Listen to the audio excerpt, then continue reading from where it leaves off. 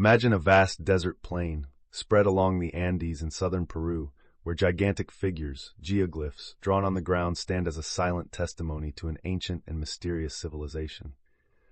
Today, we will unveil the enigma of the Nazca Lines and their spiritual connections. These lines, some simple and others incredibly complex, were created by an ancient culture that inhabited this region between 500 BC and 500 AD.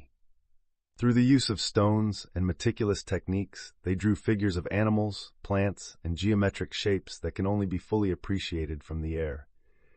But what was their purpose? And why were they created with such precision? Initially, we need to understand the cultural context of the people who made these lines. The Nazca civilization was extremely spiritual. They lived in harmony with nature, respecting cycles of life and death, and they believed they were deeply connected to the cosmos. Many of their religious practices revolved around the fertility of the land and the balance of natural forces. The Nazca Lines are not just an archaeological mystery. They are also a portal to understanding the spiritual thought of this civilization. They were a means of communication between humans and the gods, a way to express their prayers and gratitude to the deities they believed controlled water, weather, and harvest. Let's talk about some of the most enigmatic figures in this vast open-air gallery. The spider, for example, may have been a representation of the constellation of Orion, reflecting how the Nazcas brought the sky to the earth, drawing celestial maps that connected their lives to the stars. Indeed, the spider was associated with the god of fertility, and therefore the very continuity of life. There's also the hummingbird, an elegant figure that measures more than 96 meters in length.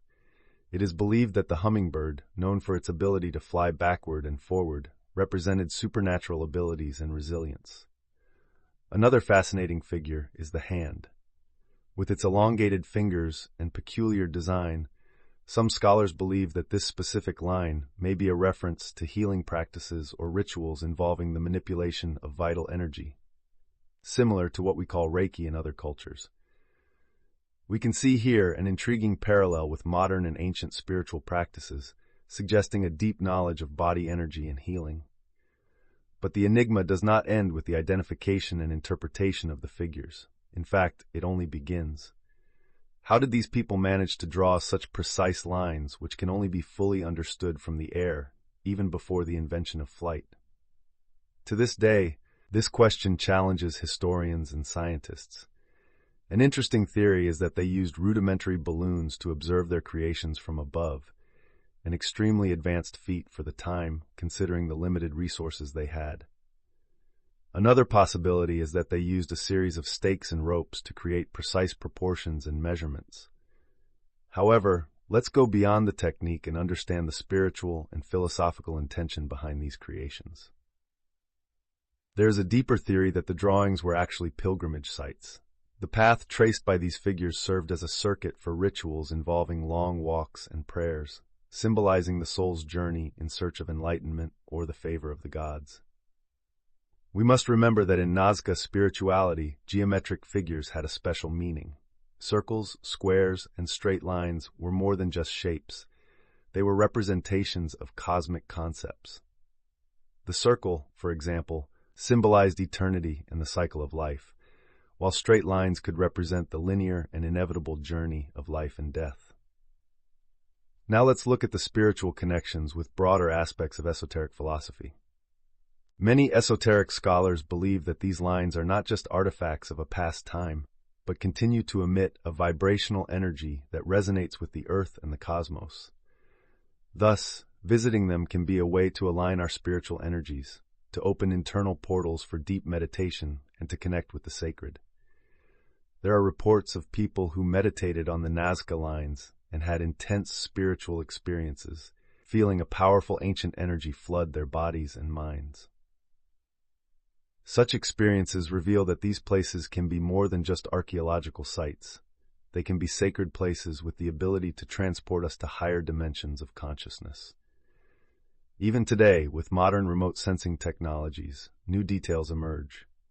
Recent discoveries suggest that some figures may have served as some sort of astronomical calendar or ceremonial irrigation system. This further illuminates the complex relationship between astronomy, agriculture, and Nazca spirituality.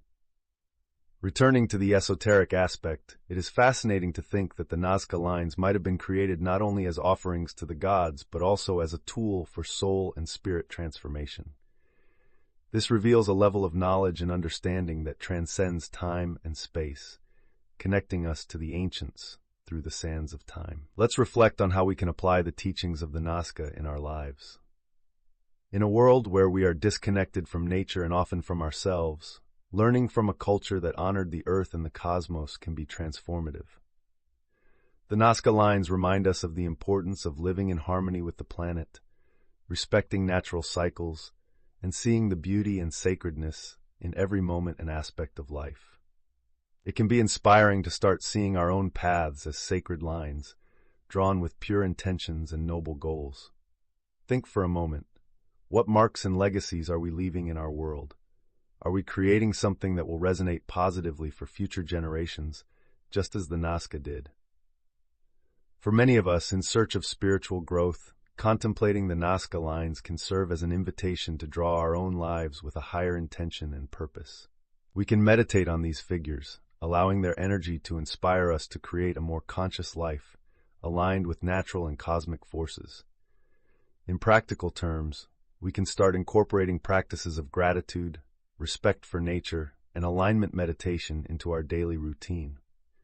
Creating a sacred space in our homes where we can reflect and connect with the energy of the universe can be a way to bring the wisdom of the Nazca into our modern lives. It is essential to understand that, even in our busy and urban lives, we have the ability to deeply connect with the earth and the cosmos. We can cultivate gardens, work with crystals, take meditative walks, and observe the night sky, recognizing the patterns that also guided the Nazca. Finally, the greatest lesson we can take from the Nazca Lines is that the spiritual journey, like these geoglyphs, is something that requires patience, dedication, and a deep connection with something greater than ourselves. Thank you very much to each of you for accompanying this deep exploration of the Nazca Lines and their spiritual connections. I hope this journey has inspired you to look at the world with new eyes and to seek a greater and deeper purpose in your lives. May we continue to trace our own sacred paths, aligned with the universe and filled with meaning and beauty.